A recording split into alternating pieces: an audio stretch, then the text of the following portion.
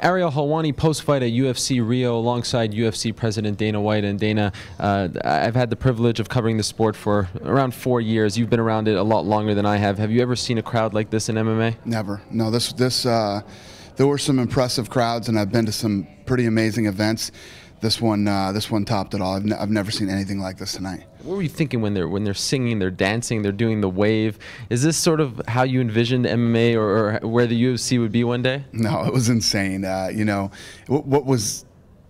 All that was incredible. Plus, the first fight of the night sounded like it was the Anderson Silva fight. I mean, this place was rocking from the first fight of the night. The place was packed. It was an incredible night. Is it safe to say, from the tickets selling out in 74 minutes to the media workouts, the press conference to tonight, that Rio exceeded your expectations? It did. I mean, Rio exceeded our expectations before we even got to the show.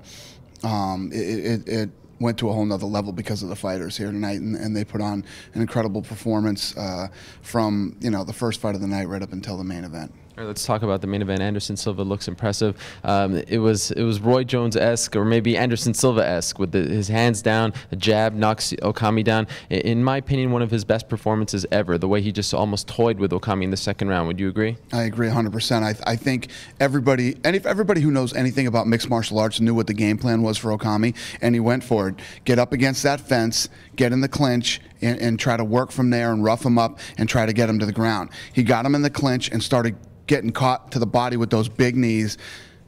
Didn't like it. Didn't like being there. I guarantee you, and I don't know, but in the second round, and after the first round, his corner was saying, "Do not." He got hit with that big head kick. His corner was saying, "Do not stand out in the middle with him. Get him against the cage. Try to take him down." But he absolutely could not impose his will tonight. He couldn't implement his game plan. And I'll say it again, like I've said a million times. This guy's the pound-for-pound best fighter in the world, and in my opinion, the best fighter ever. In the past, Anderson has sort of played around with his opponents, but in the second round, it seemed as though he almost wanted to prove a point. He was almost upset and wanted to put on a show for the crowd. That has to make you happy, seeing his mindset change a lot since, say, Abu Dhabi. Well, the thing is, I don't ever want a guy to fight a certain way or have a certain game plan, but when you know how talented Anderson Silva is, when people tune in, and I'm a Anderson Silva fan. When you watch the fight, you expect him to showcase that talent. And, Abu Dhabi's always going to be the big sore thumb, that sticks out in his career. But, I think he is definitely made up for Abu Dhabi. You said earlier this week that you'd like to see how the fight plays out when maybe considering him for Fox. He didn't get hurt, clearly. It didn't last very long. So will he fight on that show? No, I was never considering him for Fox. That was never true. That was, I made a statement, and people ran with it, and I wanted to see what happened tonight because I'm trying to move things around and I'm trying to make some plans. And one of the things that we always do is we deliver on free TV or pay-per-view or whatever, and I want to continue to deliver. Everybody knows how important and how big this Fox deal is for the UFC and for the sport, and I want to make sure that we deliver that night. So he's the best fighter in the world, that's clear. Have you changed your mind? Because he didn't get hurt, will he fight on the Fox show? That's 3 months away. No, he will not. Any idea? Yeah, I got some ideas. But if I had already told the fighters or already approached the fighters, you guys would already know. So I sat back, I waited for this fight, I wanted to see what happened, and then I'm going to go from here now. So what do you think is next for Anderson? Is it the winner of Chael versus Brian Stann? Is it Dan Henderson? Who would you like to see him fight next? There are a lot of different options out there. Everyone that you just said are good ones, and we'll see what happens. There's no front runner? No. At the press conference, though, you seem to warm up to the idea of him versus GSP. In the past, you always said this was a fantasy fight, but now it seems like there may be a couple fights away. Why have you changed your mind? Well, it's not that I've changed my mind. I think that as guys get closer to, cleaning out division, new guys always pop up. But, this really is, if these two continue to win, and in the way that they do, I consider, in my own personal pound for pound, Anderson Silva is #1 and George St. Pierre is #2. So it really would be a pound for pound dream match, #1 versus #2. And I know a lot of fans want to see it, so we'll see what happens. We'll see how this thing plays out. All right, let's talk about the co-main event. Forrest Griffin, obviously a tough night for him. And you talked about, and we didn't know this, that his wife was about to give birth. He said earlier this week that you know, the UFC has sort of given him a lot of favors in the past, and this was his way of repaying you by coming to Brazil to fight here. How much did you have to actually convince him to actually take this fight? Let me tell you what, Forrest Griffin has done the UFC a lot of favors too, and it didn't take much convincing at all. Forrest Griffin is such a good guy. He steps up to the plate whenever he's needed, and you know, he's in the other room over here, sitting in my room, you know, freaking out a little bit. He's getting texts from his wife that she's ready to go, and so I'm going to try to get him home as fast as I can, and I appreciate him stepping up to the plate.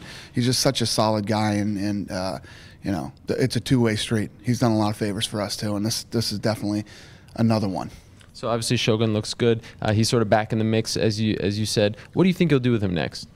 I don't know. We got to figure it out. You know, there's a lot of great fights out there for Shogun. Thank God he got through this one healthy, and you know, I think this last knee surgery he had will be his last one. He went to a great doctor, and it's looking good. As long as this kid can stay healthy and stay active, he's nasty. I just want to touch on Big Nog. He was upset when you started to say that guys should retire lately. He was very vocal about that, and we were saying that about him. He comes out and knocks out Brendan Schaub. How surprising was that to you? That wasn't surprising. You know, it was a tough fight. He got rocked a couple times, and then he turns around and pulls off a big knockout. He looked great tonight, and you know, it's one of those things. There's no doubt when I was saying, you know, Tito should probably retire and hang it up, and then Tito came out and won that fight with Bader. You know, Big Nog was one of his biggest supporters, going, "Yeah, Dana White, shut your face. You know, you don't tell us when it's over." But the reality is, you see things in guys as their careers go on. You see how they were earlier in their career, and we all know when a guy, you don't have to be a rocket scientist to see when a guy's getting toward the end of his career. And one thing that I don't ever want to see is guys get hurt. You know, and could I keep Chuck Liddell around, keep him fighting? Sure, people still want to see him fight. I don't want to make $1 of that kind of money. I don't.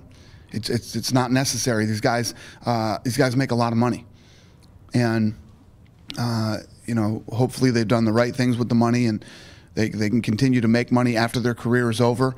I just don't want to see anybody get hurt, and not just hurt here today, long-term hurt either. There's no need for it. Did you think, especially early on, that there were some weird calls by the refs, some weird stand-ups? There was the Herb Dean issue with Poliaris and Dan Miller. Clearly, Herb didn't stop the fight, but it just seemed like there were some weird moments with the referees at the beginning. Did you see that? I didn't. I saw people talking about it on Twitter. I was watching the fights. I didn't notice. Herb Dean did absolutely nothing wrong in that fight. Poliaris just stopped punching, and what they were telling me in his locker room after the show was that Dan Miller said stop. You know, stop, Don. Well, he doesn't stop the fight. The ref does. So, I mean, this is the second time Poliaris has done, you know, something like this. I went back and told him, you don't stop the fight. The ref stops the fight, you know? So, no, I didn't see anything, but fans were tweeting about it. Okay, and final question. When do you think he'll be back here? No clue. No clue. But I can tell you this. We're definitely coming back here. All right, thanks for the time. Congrats on a huge event. Thanks, buddy. Appreciate it.